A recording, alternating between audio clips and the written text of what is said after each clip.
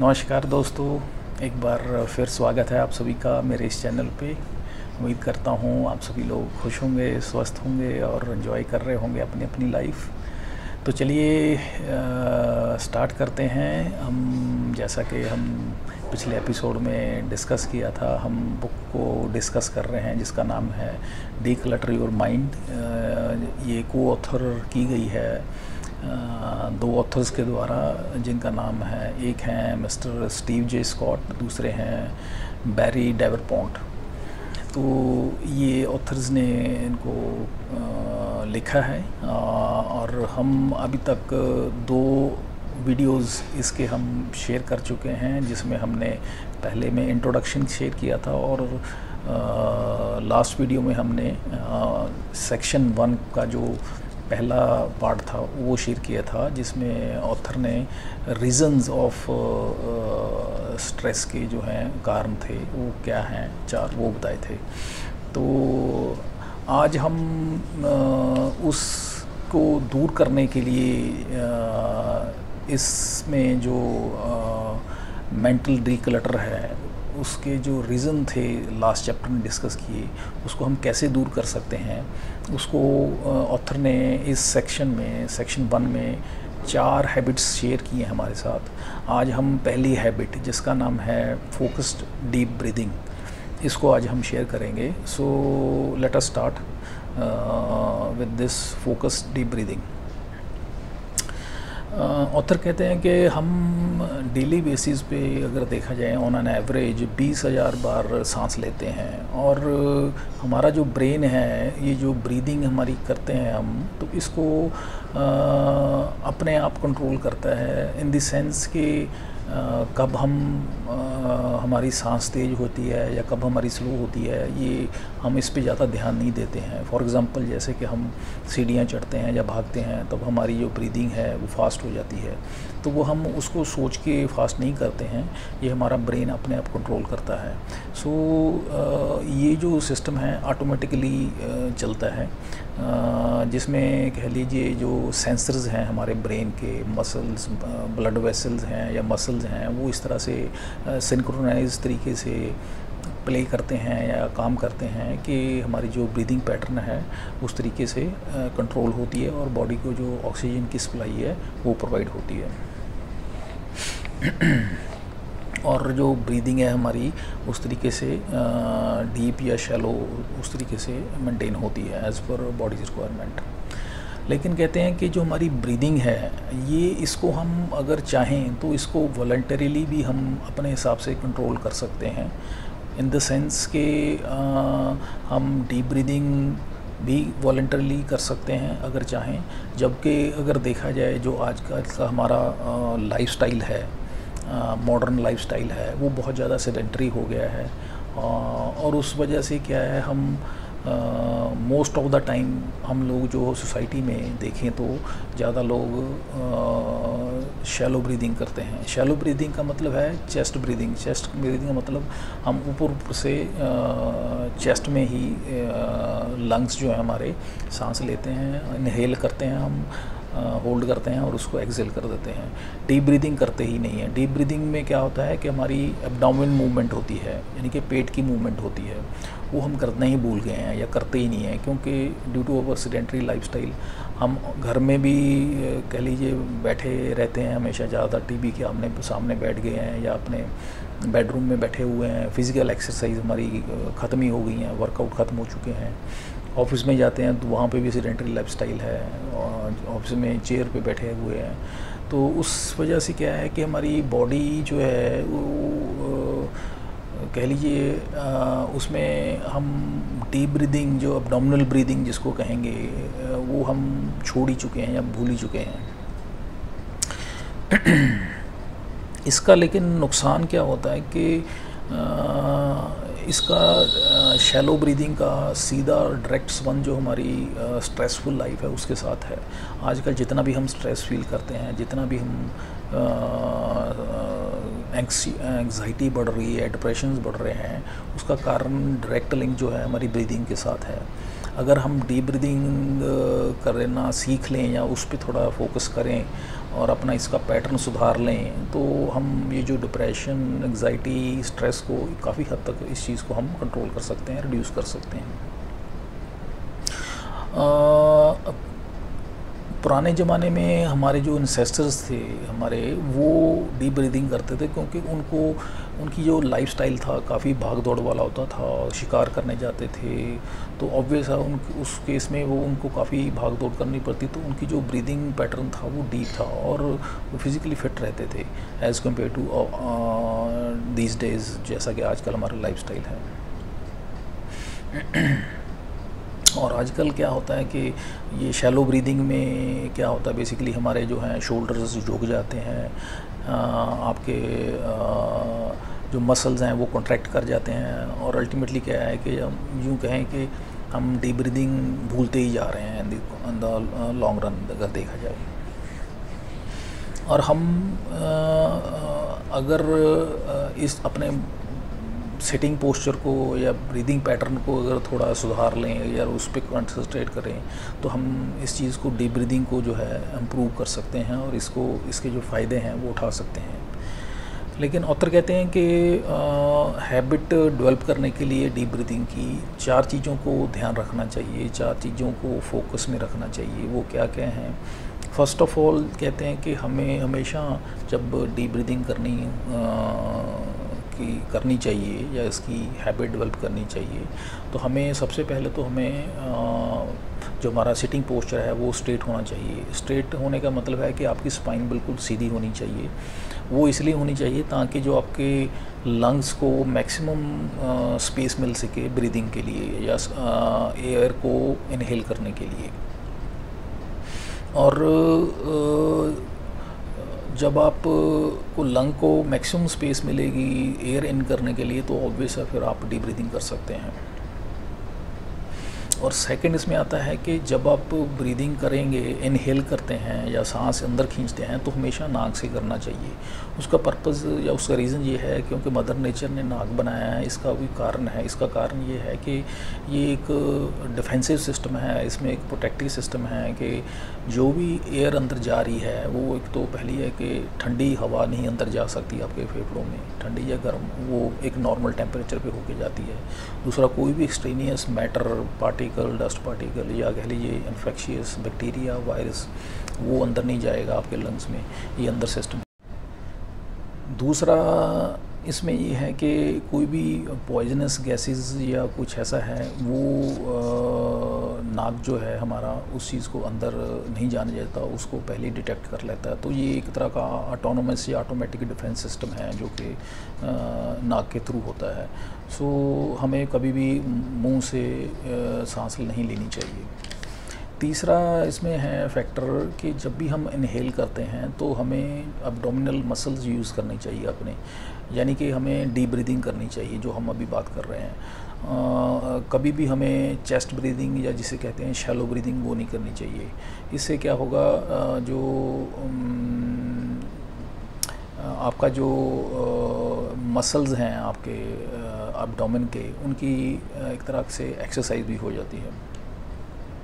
चौथा है कि जब भी आप डीप ब्रीदिंग करते हैं उसमें आपके जो एब्डोमिनल मसल्स हैं उसके साथ साथ जो आपका डायाफ्राम है उसकी भी एक्सरसाइज होती है। उससे क्या होता है कि आपका लंग की कैपेसिटी बढ़ती है, एज वेल एज डायाफ्राम की मूवमेंट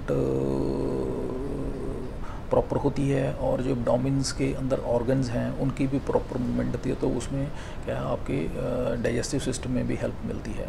सो ये 3-4 चीज़ें हैं जिसका ध्यान रखना चाहिए डीप ब्रीदिंग के टाइम पे। और एब्डोमिनल ब्रीदिंग जो है इसमें सबसे बड़ा जो रोल प्ले करता है आपका डायफ्राम प्ले करता है, क्योंकि डायफ्राम जो है उसकी मूवमेंट ऊपर नीचे होती है, तभी ये जो है आपका लंग्स जो हैं मैक्सिमम एयर है वो अंदर खींच पाते हैं। और आपका जब डायफ्राम मूव करता है, लंग्स जो हैं आपके मैक्सिमम एयर अंदर खींच पाते हैं और उस दौरान जो आपका पेट है वो बाहर आता है मैक्सिमम। तो ये डीप ब्रीदिंग का एक निशानी है कि डीप ब्रीदिंग में जो आपका पेट की मूवमेंट होती है, पेट की मूवमेंट, जब आप सांस खींचते हैं तो पेट बाहर आता है और जब आप सांस बाहर निकालते हैं तो आपका पेट अंदर जाता है। ये डीप ब्रीदिंग की निशानी है। डीप ब्रीदिंग का फ़ायदा ये है कि आपके जो नेगेटिव थॉट्स हैं या आप कह लीजिए आपका माइंड को जितनी भी इसमें नेगेटिविटी है, ये इस चीज़ को कंट्रोल करने में आपको काफ़ी सहायता मिलती है। डीप ब्रीदिंग से आप so called negative thoughts, depression, anxiety, इस तरह की जो चीज़ें हैं उन पे काफ़ी कंट्रोल पा सकते हैं।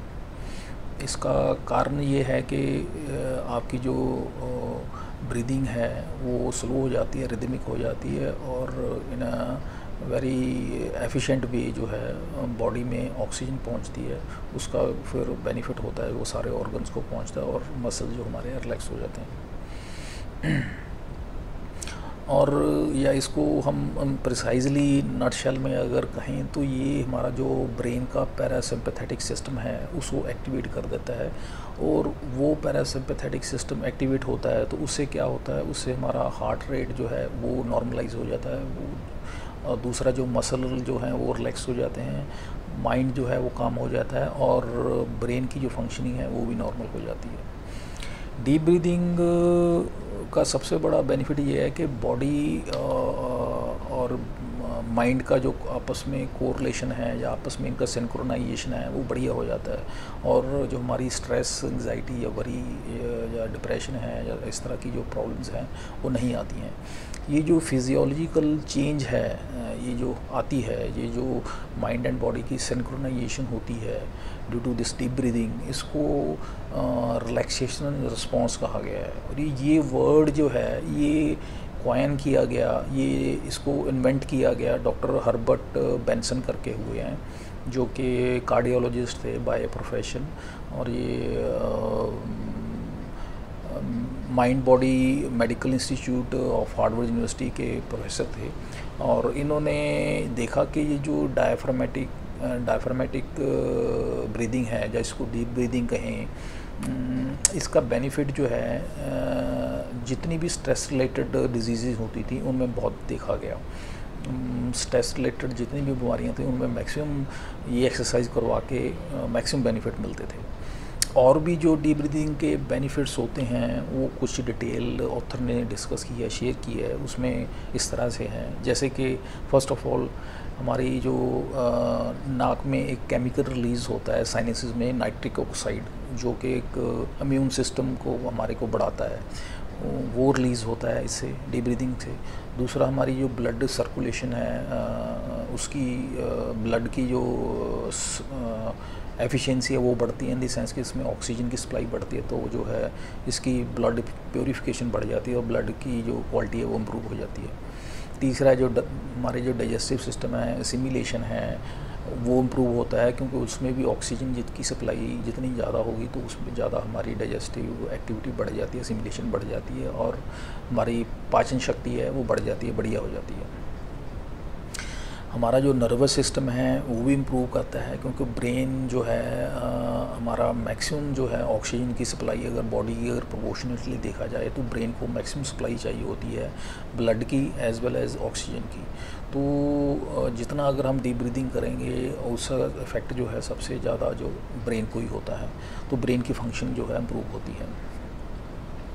हार्ट की फंक्शनिंग को भी फ़ायदा होता है, इन द सेंस कि जो हम हार्ट के मसल्स हैं उनको ऑब्वियसली जब उनकी ब्लड सप्लाई बढ़िया होगी, अच्छी होगी, तो हार्ट मसल्स अच्छे रहेंगे, उनकी हेल्दी रहेंगे, वो हेल्दी रहेंगे तो ऑब्वियस है हार्ट भी हेल्दी रहेगा। तो इस तरीके से हार्ट की हेल्थ पे भी इसका पॉजिटिव इफेक्ट पड़ता है डीप ब्रीदिंग का।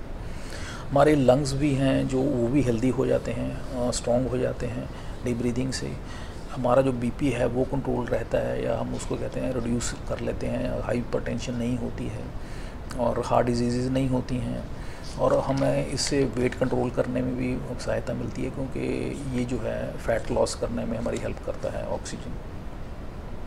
ऑथर कहते हैं अगर हम डेली बेसिस पे 10-15 मिनट भी अगर निकाल लेते हैं अपने लिए ये करने के लिए, डीप ब्रीदिंग कर लिए, तो बहुत एफिशिएंट मतलब बहुत बढ़िया है या बहुत सफिशिएंट मानते हैं उसको रादर, क्योंकि ये जो है हमारी स्ट्रेस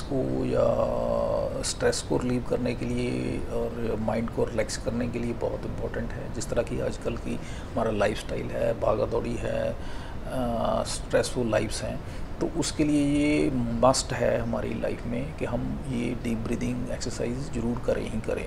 और ज़रूरी नहीं है कि हम एक बार ही करें, इसको जब भी टाइम हमें मिलता है दिन में जितनी बार टाइम हम निकाल सकते हैं उतनी बार हमें ये करना चाहिए, क्योंकि इसका बेनिफिट ही होता है, नुकसान 1% भी नहीं है। और ऑथर बेरी तो यहाँ तक उनका कहना है या उनका वो खुद उनकी प्रैक्टिस ये थी कि जब भी उनको ऑफिस में टाइम मिलता था पूरे दिन में, जब भी 3 बार 4 बार 5 बार जब भी टाइम मिलता था, वो 5-5 10-10 मिनट करके इस तरीके से फ्रीक्वेंटली वो डीप ब्रीथिंग एक्सरसाइज करते थे। तो उससे बेनिफिट ये होता था कि उनकी जो एनर्जी लेवल है बॉडी की वो बढ़िया रहती थी, एनर्जेटिक फील करते थे हमेशा, और जो पॉजिटिविटी रहती थी और उनका फिज़िकल हेल्थ जो उसमें भी पॉजिटिव इफेक्ट पड़ता था। हालांकि वो कहते हैं कि मॉर्निंग टाइम प्रेफरेबल होना चाहिए, क्योंकि मॉर्निंग टाइम जो है बढ़िया होता है, उस वक्त पोल्यूशन कम होता है और फ्रेश एयर होती है। बट ये कोई ज़रूरी नहीं है, आपको जब भी टाइम सूटेबल मिलता है पूरे दिन में आप कर सकते हैं डीप ब्रीदिंग। इसमें ध्यान देने वाली बात ये है कि जब भी आप एंक्शियस हों, ओवर थिंकिंग कर रहे हों या स्ट्रेसफुल कंडीशन में हों, तब तो आपको ये बिल्कुल विदाउट फेल जो है कह लीजिए ये डीप ब्रीदिंग एक्सरसाइज करनी चाहिए, क्योंकि इसका इमीडिएट इफेक्ट आता है और इमीडिएटली जो आपकी स्ट्रेस है, एंग्जाइटी है, इस चीज़ को ये इमीडिएटली रिड्यूस कर देती है या इमीडिएटली इसको आपको पॉजिटिव रिजल्ट मिलता है। ऑथर ने कुछ स्टेप्स दिए हैं। स्टेप्स में जो हमारी डीप ब्रीदिंग को हम कैसे फॉलो करना चाहिए, किस तरीके से करना चाहिए, इसका फ़्लो कैसे है, उसके कुछ स्टेप्स दिए हैं, उस तरीके से करना चाहिए। वो कुछ इस तरह से हम उसको डिस्कस करते हैं। सबसे पहले तो कहते हैं कि आप एक दिन में टाइम डिसाइड करिए, रूटीन बनाइए। रादर ऑथर ये कहना चाहते हैं कि हमें रूटीन बनानी चाहिए और मेक श्योर करना चाहिए कि हमने deep breathing exercise as a habit, जैसा कि खाना खाते हैं डेली, तो उस तरीके से हमें करनी ही करनी है। इस चीज़ की हमें रूटीन या हैबिट बनानी चाहिए। दूसरा ये है कि हमें ये डीप ब्रीदिंग एक्सरसाइज जो है एक ऐसी जगह पे करनी चाहिए जहाँ पे कोई काम जगह है, क्वाइट जगह है और कोई डिस्टर्बेंस नहीं होनी चाहिए, कोई इसी तरह का कोई डिस्टर्बेंस इन द सेंस के कोई इलेक्ट्रॉनिक गैजेट्स ना हो, कोई फ़ोन ना हो, कोई और TV and all that, nothing like that. आप बड़े आराम से, शांति से, विदाउट एनी डिस्टर्बेंस बैठ सकें, क्वाइटनेस के साथ ऐसी जगह पे बैठें। और उसके बाद आप इस चीज़ के लिए, डीप ब्रीदिंग के लिए, कम से कम आप 10 से 15 मिनट आप निकाल के बैठिए। टाइमर लगा लीजिए चाहे उसके लिए। और इस एक्टिविटी को जब स्टार्ट करें, इनहेलेशन जब स्टार्ट करेंगे, तो इनहेलेशन में आपके करने से पहले आपने ये श्योर करना है कि आपकी बॉडी का पोस्चर है वो लोटस हो। लोटस का मतलब ये है कि आपकी रीढ़ की हड्डी है या स्पाइन है वो आपकी स्ट्रेट होनी चाहिए। वो उसका पीछे साइंटिफिक पर्पस ये है कि आपका जो लंग कैपेसिटी है लोटस कंडीशन में, या जब आपकी स्पाइन सीधी होगी तो आपकी लंग कैपेसिटी मैक्सिमम होगी। और डीप ब्रीदिंग के लिए आपकी लंग कैपेसिटी मैक्सिमम होना ज़रूरी है। सो जब आपकी स्पाइन सीधी होगी, लंग कैपेसिटी आपकी मैक्सिमम होगी, तो आपको इनहेलेशन स्टार्ट करनी चाहिए। और इनहेलेशन का तरीका ये है कि आपको इसमें कई तरह के कॉन्सेप्ट हैं, अलग अलग ऑथर्स के अलग अलग तरीके उन्होंने बताए हैं। जैसे कि 4-2-4 है कॉन्सेप्ट, एक 4-7-8 कॉन्सेप्ट है।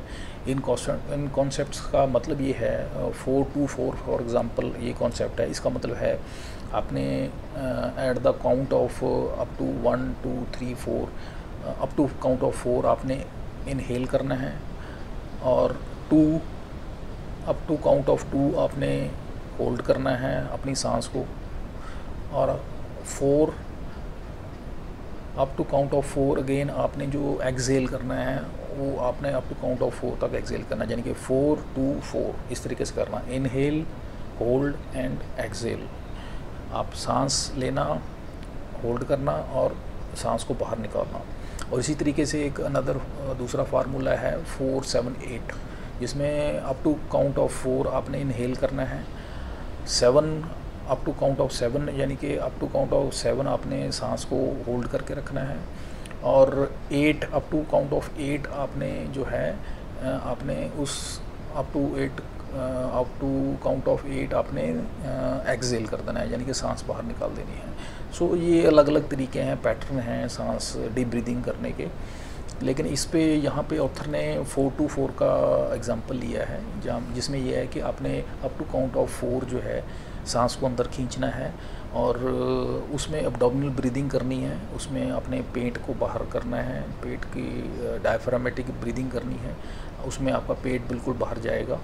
चेस्ट ब्रीदिंग करनी ही नहीं करनी है, यानी कि शैलो ब्रीदिंग नहीं होगी।